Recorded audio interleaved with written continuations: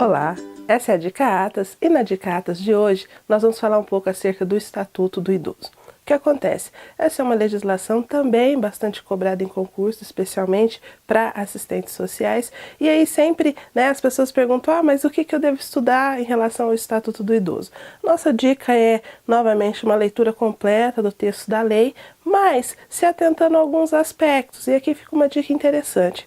O Estatuto do Idoso, ele tem quase a mesma estrutura do Estatuto da Criança e do Adolescente. Tem até uma expressão que diz que o Estatuto do Idoso é o ECA resumido. Então, tudo que você encontrar em relação à proteção integral, a alguns direitos fundamentais da criança e adolescente, você vai encontrar praticamente o mesmo texto no Estatuto do Idoso.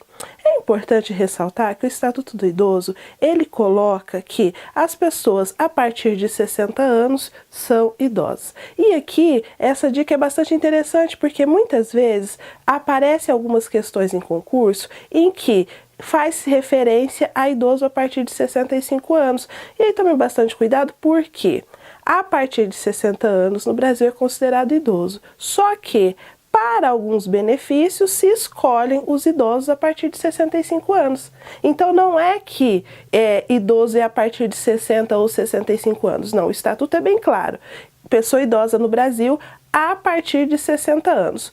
Mas para alguns benefícios, como por exemplo o BPC, benefício de prestação continuada previsto na LOAS, ou para a gratuidade no transportes, então entre os idosos seleciona-se aqueles idosos a partir de 65 anos, ok? Então essa é a primeira coisa que vocês precisam ficar atentos, a questão de idade. Idoso no Brasil é a partir de 60 anos, e eu vou repetir para que isso fique bem gravado aí para vocês, tá? E a partir, para alguns benefícios, então se considera entre os idosos aqueles idosos com 65 anos ou mais. Bom, o que tem no texto do Estatuto do Idoso? O texto do Estatuto do Idoso, ele vai fazer aí distinguir, colocar os direitos fundamentais do idoso, direitos esses que vão passar por vida e saúde, vão passar por habitação, vão passar por educação, profissionalização, trabalho. E ele vai também trabalhar com medidas de proteção que vão ser aplicadas quando os direitos dos idosos forem ameaçados ou violados.